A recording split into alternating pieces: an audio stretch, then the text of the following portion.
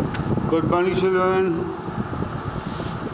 I hope you all are ready with the work that we started in our grammar, and we have already covered the first part of first chapter of your syllabus, and that was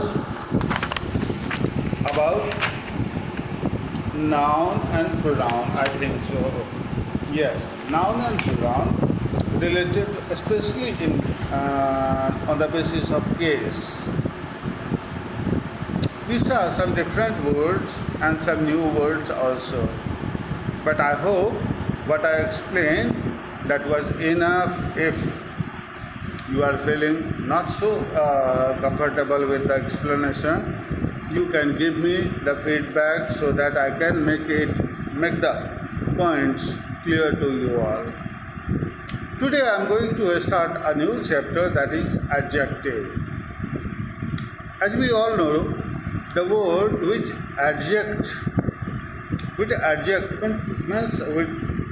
qualifies any noun or pronoun, that is called adjective. अगर वास्तव में बात करूँ, coming back to Hindi as you to have advise में, तो हिंदी और English दोनों में मैं एक्सप्लेन करता हूँ. एडजेक्टिव से पहले हम लोग जो नाउन और प्रोनाउन को पढ़े थे केस से संबंधित, खास तौर पे उसमें हम लोग जो कुछ भी पढ़े थे, आपको याद होगा मैंने कुछ एक्सरसाइजेस के बारे में बताए थे कि वो आपको करने चाहिए. कैसे कर सकते हैं? आपके पास ग्रामर की किताब पहुंच चुकी है होगी, अगर नहीं पहुंची है तो ले लीजिए, और अगर नहीं अभी लेने की स्थिति में हैं या फिर नहीं लेना चाह रहे हैं तत्काल, तो आप पुरानी किताबों से भी काम कर सकते हैं. अभी मैं आज की क्लास में एडजेक्टिव के बारे में बताऊंगा, और एडजेक्टिव के बारे में स्पष्ट रूप से एक बात बताऊं तो वो सभी शब्द जो किसी नाउन या प्रोनाउन को क्वालिफाई करते हैं उनके बारे में बता रहे होते हैं कि वो कैसा है. सिर्फ कैसा है नहीं, उसका साइज भी बता सकते हैं, वो कई तरीके से नंबर भी बता सकते हैं, और इन सब चीज़ों को हम लोग एडजेक्ट यानी क्वालिफाई करना ही कहेंगे. अब आपको पहले ही लाइन में दिख रहा होगा compound adjective. Yes my children, हमारे सीनियर बच्चों को पता है कि कंपाउंड एडजेक्टिव क्या होता है. कंपाउंड एडजेक्टिव में आमतौर पे दो अलग अलग एडजेक्टिव को साथ कर लिया जाता है, या फिर ऐसे शब्द क्रिएट किए जाते हैं दो शब्दों के मेल से. दोनों को अलग अलग ही रखा जाता है, जैसे new born baby. Understood? Light blue jacket, ये लाइट ब्लू दो अलग अलग वर्ड से बना है, और गौर से देखिए तो दोनों ही आपको एडजेक्टिव ही हैं. मैंने एडजेक्टिव कंपाउंड एडजेक्टिव को क्लियर किया. आप कोशिश कीजिए ऐसे शब्दों को इसमें जो खाली जगह दिया हुआ है उसमें भरें और उसका इस्तेमाल करें. चलिए, एडजेक्टिव के बारे में डेफिनेशंस तक ही सीमित रहने से हमारा काम पूरा नहीं होता. इसके आगे जब हम बढ़ते हैं तो हम देखते हैं उन सारे रूपों को, यानी टाइप्स ऑफ एडजेक्टिव्स. याद होगा आपको डिटर्मिनर्स बताते वक्त भी मैंने कई सारे एडजेक्टिव के प्रकार के बारे में बताए थे, मुझे याद है. 4 तो कम से कम ऐसे एडजेक्टिव हैं जो बहुत आसानी से प्रोनाउन से जुड़े हुए हैं. याद आ रहा है? नहीं, मैं आपको याद दिलाऊं. Demonstrative adjective, quantitative adjective, numerative adjective, possessive adjective, emphasizing objective. So this are the examples. आज एक बार फिर हम लोग उसको एक्सप्लेन करेंगे और उसके साथ और अलग अलग रूपों को देखेंगे.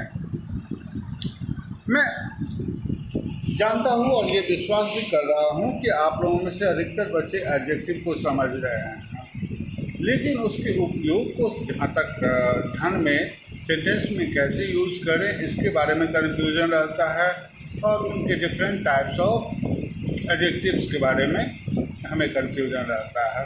तो मैं एक एक करके टॉपिक वाइज उसको पहले टाइप्स ऑफ एडजेक्टिव्स को बता दूं, फिर उसके बाद आगे बढ़ूं। अगर टाइप्स ऑफ एडजेक्टिव की बात किया जाए तो वैसी स्थिति में हम ये कह सकते हैं कि इन जनरल केसेस जो एडजेक्टिव क्वालिटी को बताती है, लाइक जेंटल, फुलिश, या फिर ऐसे कोई वर्ड जो किसी भी नाउन और प्रोनाउन के संबंध में विशेष रूप से बता रहा हो ये कि वो किस क्वालिटी का है। स्वाभाविक बात है, क्वालिटी को बता रहा है तो इसको हम क्या कहेंगे, एडजेक्टिव ऑफ क्वालिटी।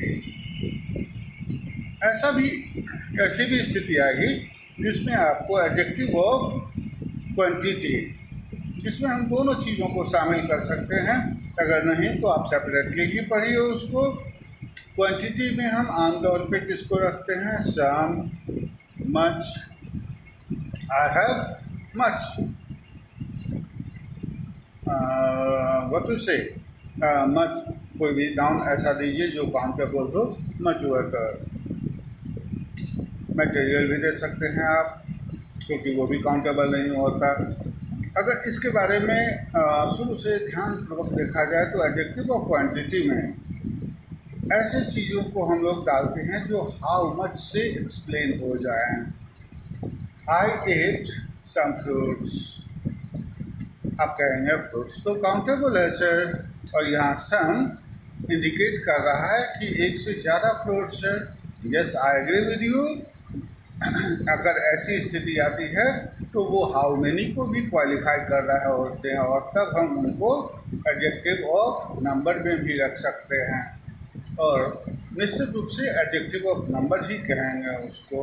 रही बात हाउ मच से जुड़ा हुआ चीज़, तो वैसी स्थिति में जब हम ऐसे अनकाउंटेबल नाउन को प्रयोग कर रहे होते हैं उस एडजेक्टिव के बाद, तो वैसी स्थिति में जैसे आई हैव मच वाटर अभी मैंने कहा, तो यहाँ पर वाटर को हम अलग अलग नहीं कर सकते, सेपरेटली काउंट नहीं कर सकते, तो स्पष्ट रूप से कह सकते हैं कि ये क्या है, एडजेक्टिव ऑफ क्वांटिटी है। या फिर I have 10 kilos of sugar. चलिए इन कुछ एग्जाम्पल से एडजेक्टिव ऑफ क्वांटिटी के बारे में हमें पता चलता है, और फिर जब हम इसका गहन अध्ययन करना शुरू करते हैं, पढ़ते हैं, तो फिर हमें कुछ कन्फ्यूजन्स जो आती हैं उसके बारे में क्लियर करना होता है। एडजेक्टिव ऑफ नंबर तीसरा, जिसके बारे में हम लोग बात कर रहे हैं, मैंने अभी तुरंत चर्चा करी थी।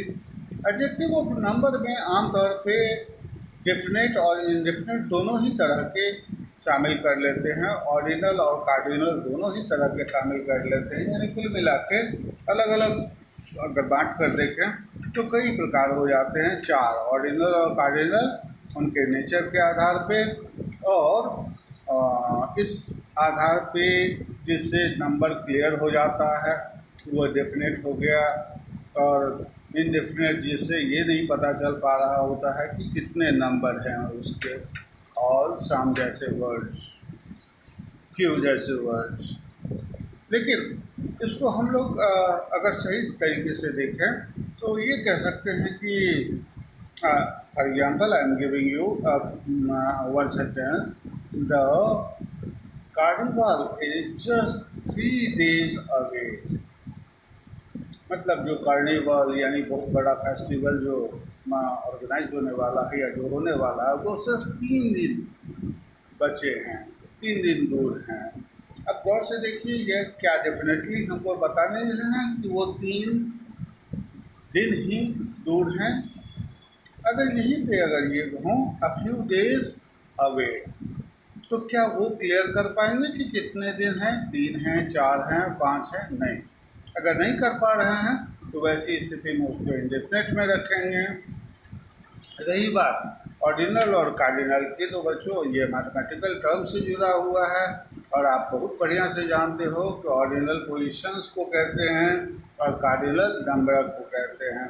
तो ऐसे एक्सप्लेनेशंस को हम लोग और स्पष्ट रूप से कह सकते हैं। जैसे ऑर्डिनल्स में ही is the first boy to do to achieve 100% marks in the class or in the school or in सर्वादा। ऐसे कुछ फर्स्ट, सेकेंड, थर्ड, फोर्थ जो पोजीशंस को दिखा रहे होते हैं उनको हम क्या कहते हैं? ऑर्डिनल्स। और ऑर्डिनल्स के आधार पे अगर हम कुछ कह रहे होते हैं, कुछ बातें बता रहे होते हैं, तो वो हमारा निश्चित रूप से चला जाता है किसमें? ऑर्डिनल एडजेक्टिव में। न्यूमरेटिव तो ऑब्वियसली है ही है, इसमें कोई दो राय नहीं है। जब इंडेफिनिट की बात आती है तो फिर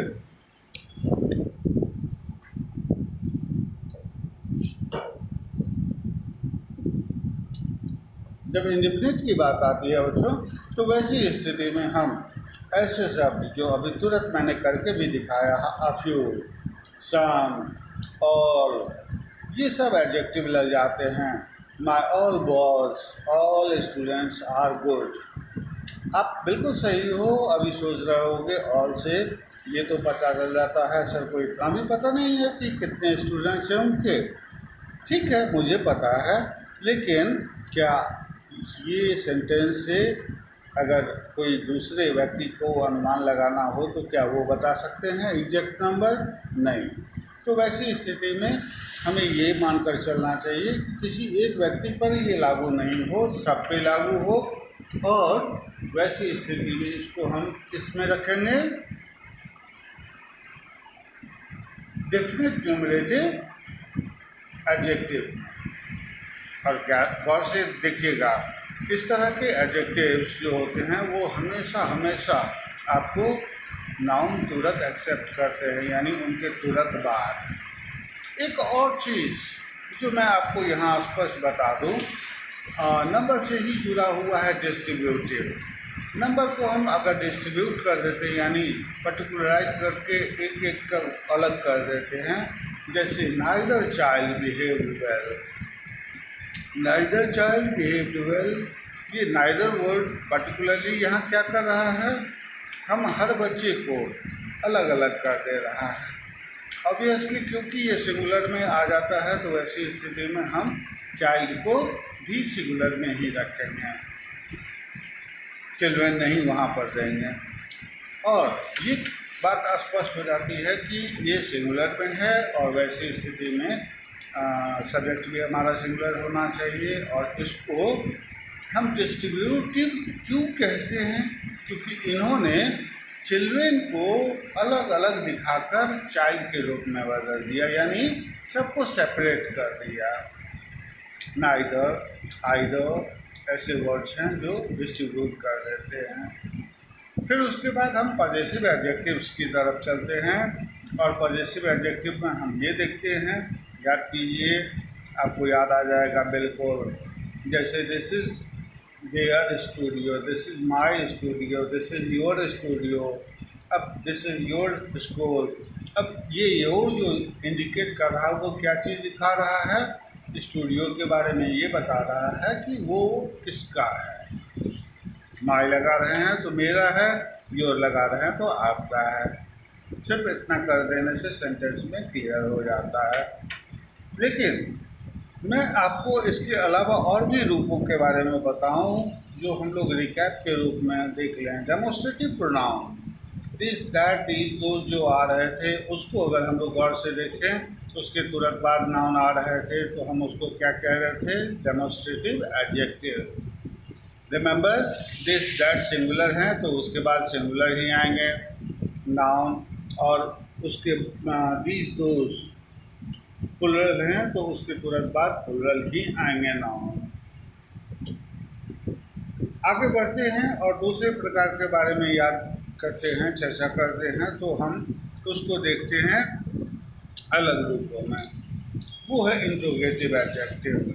इंट्रोगेटिव एडजेक्टिव में मैंने आपको क्लासिफाई करके और कई तरीके से क्लास में भी समझाने की कोशिश की है कि विच और हुज के अलावा कोई ऐसा इंट्रोगेटिव वर्ड नहीं है या इंट्रोगेटिव प्रोनाउन नहीं है जिसके तुरंत बाद आपको नाउन एक्सेप्टेबल हो। आप गौर से ऐसा करके देख लीजिए, जैसे हु, वेयर, क्या इसके तुरंत बाद आप नाउन दे सकते हैं? नहीं दे पाएंगे, आप असफल हो जाएंगे बेटा। ये प्रयास इसलिए असफल हो जा रहा है हमारा क्योंकि वो एक्सेप्ट ही नहीं कर रहा है, और ये गलत है। ऐसी स्थिति में हम ये बात स्पष्ट कह सकते हैं कि विच और हुज, ये दोनों के बाद हम नाउन देते हैं क्योंकि ये इंट्रोगेटिव प्रोनाउंस हैं, तो वैसी स्थिति में इनको इंट्रोगेटिव एडजेक्टिव में हम रख सकते हैं। और बेहिचक इसके अंत में, सेंटेंस के अंत में हमने क्या डालना चाहिए? Interrogative pronoun. अब रही बात एम्फेसाइजिंग और एम्फेसाइजिंग की या फिर रिफ्लेक्सिव की, अगर इन दोनों के बारे में बात करूं तो दोनों एक ही तरह के शब्द हैं, सिर्फ उसके इस्तेमाल पर निर्भर करता है। अगर मैं आपको सेंटेंस ये कहता हूँ, ध्यान से सुनेंगे इस सेंटेंस को, I did the work my self, I did the work my self, repeating it. अब यहाँ पर आई और माई सेल्फ के बीच दूरी है। आई के तुरंत बाद माई सेल्फ का यूज नहीं हुआ है। माई सेल्फ अपने आप में रिफ्लेक्सिव प्रोनाउन कहलाएगा, ठीक है। और रिफ्लेक्सिव होने की स्थिति में ये किसी भी तरह से मतलब जो है एडजेक्टिव के रूप में तत्काल काम नहीं कर रहा है, प्रोनाउन के रूप में तो बिल्कुल सही है, काम कर रहा है। लेकिन जब हम इसको यूज़ कर रहे होते हैं एम्फेसाइजिंग एडजेक्टिव के रूप में, तो कैसे यूज़ करते हैं ये आप देखिए। I was beaten at by own game, own means अपने ही, और ये हमारे साथ जुड़ जाता है कि ये स्वतः सब्जेक्ट या फिर ऑब्जेक्ट से जुड़ा हुआ चीज़ होता है। तो वैसी स्थिति में हम कहते हैं इसको कि एम्फेसाइज कर रहा है, यानी उस पर जोर डाल रहा है।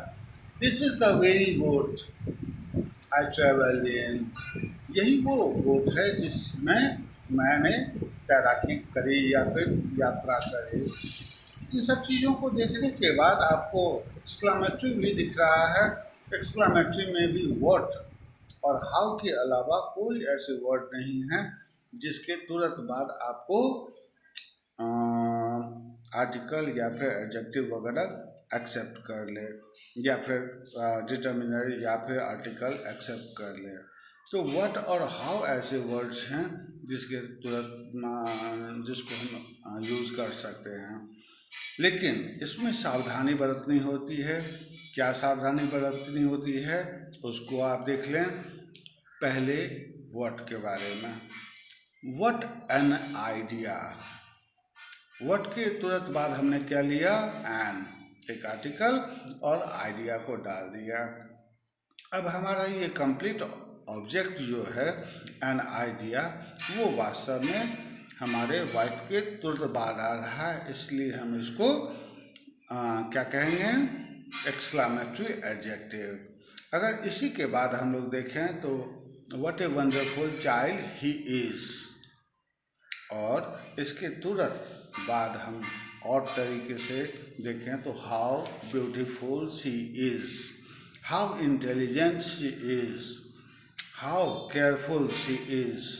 तो ऐसी स्थिति में हम उसको भी एडजेक्टिव के रूप में इस्तेमाल कर सकते हैं। बच्चों, मैं समझता हूँ कि ये रिकैप ही है क्योंकि इससे पहले भी हम लोग पढ़ चुके हैं, और ठीक है, एक्सप्लेन जो है वो तरीके से हुआ था जिसमें हम ज़्यादा प्रैक्टिस किए थे। और एक बार फिर मैं कहूँगा कि practice makes a man perfect. आप प्रैक्टिस ज़रूर करिए, और इससे जुड़े हुए किताब कैसे प्रैक्टिस कर सकते हैं, तो पिछले सेशन की किताब जो आपके पास एडजेक्टिव की है उसको निकालिए, देखिए, और उसमें जितने भी एक्सरसाइजेज हैं अगर आपने निश्चित रूप से कर लिया होगा वो चीज़ को पहले सेशन, इसके पिछले सेशन में, आप उसको दोबारा इरेज कर सकते हैं, दोबारा उसको पूरा कर सकते हैं और प्रैक्टिस में रह सकते हैं। या नहीं तो आप किताब उपलब्ध हो चुकी है स्कूल में, तो आप किताब भी खरीद सकते हैं। तो मैं समझता हूँ कि आपको ये टर्म्स जो मैंने आज एक्सप्लेन किए हैं वो समझ में आए होंगे, और अगर कुछ कमी रह गई है तो आप अपने फीडबैक में ज़रूर शामिल करें। फीडबैक व्हाट्सएप ग्रुप के थ्रू आप भेज सकते हैं और मैं उसको एक्सप्लेन ज़रूर करूँगा। कल हम लोग कल की क्लास में इसी के फॉर्मेशंस को देखेंगे। फॉर्मेशन के बाद इसके अलग अलग नेचर को देखते हुए उसके यूज़ को भी देखेंगे, इसलिए तैयार रहिए और इसको पढ़िए। उसके बाद और जो सब्जेक्ट्स हैं उसके वीडियोस को देखिए, समझने की कोशिश कीजिए। आप सब बच्चे अच्छे हैं, विश्वास रखिए। आप क्लास 8 में हैं। Now you must be sincere enough to do your daily work. किसी काम को कल पे मत छोड़िए, अपने माता पिता की बात मानिए और अपना काम करते रहिए, घर पे रहिए, सुरक्षित रहिए। Thank you, have a nice day.